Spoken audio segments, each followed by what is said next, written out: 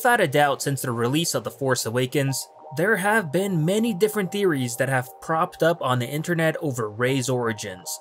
Who were her parents? Why is she so unusually strong with the Force? Where did she learn to fly ships so well? How did she learn to swim on a desert planet? And well, so on, so on. One of the two most popular theories that I've seen regarding Rey's origins is that she's one of Palpatine's laboratory experiments on Jakku, and the other that she's a clone made out of DNA from Luke Skywalker's severed hand. And yeah, these are all interesting theories, well, some more than others, but a lot of them also depend on one single fact being true, which is that Rey was born on and is from Jakku. Now, in The Force Awakens, we're of course shown that Rey was abandoned by her parents and had to live with Unkar Plutt. But that's about it. Whether she was abandoned on Jakku or just abandoned in general, it's never made clear. Then in The Last Jedi, where Luke asks Rey where she's from and she simply says, "Nowhere, Jakku," making it seem that she's always been on Jakku as she never states any other place. Then in the throne room scene where Kylo tells Rey about the fate of her parents, where they were buried in a pauper's grave on Jakku, which again implied she was from Jakku.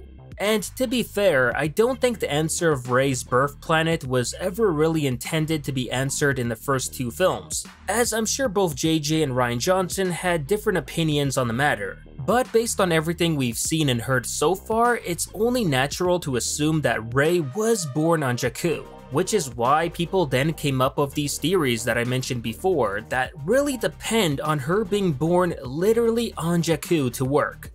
However, the new canon Ultimate Star Wars book, which is coming out on October 4th, has now given us confirmation on Rey's true origin, as Rey's page from the book was leaked out earlier and it reveals the answer on whether she was born on Jakku or not. And well, it turns out that she was never from there, but only merely left on Jakku. Now, where was Rey actually from? Well, unfortunately, this book doesn't answer that. But at the very least, we now have an official answer to this question on Rey's origin. She wasn't born on Jakku, but merely only marooned there by her parents. And as a result of this new information, well, it pretty much kills all those theories that Rey was an experiment or a clone at a laboratory that Palpatine had on Jakku, as those theories suggested she had to be born in that laboratory, which we now know that isn't the case. With that said, this information doesn't only throw a monkey wrench at the fan theories, but also makes things even more confusing with the canon lore from the movies. Specifically, Kylo Ren's speech to Rey about her parents, how they were nobodies, sold her, and then died on Jakku. And well, now that we think about it, that doesn't really make any sense. So you're telling me her parents randomly brought her to Jakku, flew away, and then somehow ended up back on Jakku again to drink themselves to death? Yeah, I don't know about that, especially in a galaxy where traveling from planet to planet is no big deal. It just seems very far-fetched is what I'm saying.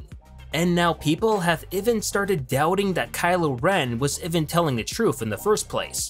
And again, all because of this one bit of newly confirmed info. Not to mention, when we take a better look at the ship from the Force Awakens art book, where we can see young Rey with her parents on Jakku, then well, I don't know about you, but that's a pretty good looking ship for some so-called filthy drunk traders who are desperate for some drinking money. But I digress. Now, one theory that I personally like and think would make a lot of sense to all of this is if somehow Rey accidentally killed her parents with the Force by making their ship crash after leaving her, but forgot about the entire incident or didn't realize it was because of her. Then in that case, yeah, they'd surely be in a pauper's grave on Jakku, and that would make sense why they died on Jakku and not somewhere else. But either way, I'm sure this will all get answered in Episode 9, Rise of Skywalker, and then we'll all know for sure if Palpatine really had something to do with her after all, or not. But let me know down in the comments section on what you think about this new bit of information. Does it completely ruin those old theories, or does it potentially mean Kylo Ren was lying?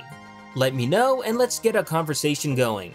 And as always, be sure to like and share this video, as well to keep it here to Silo for everything on the latest in Star Wars. And 7 from Silo, signing out.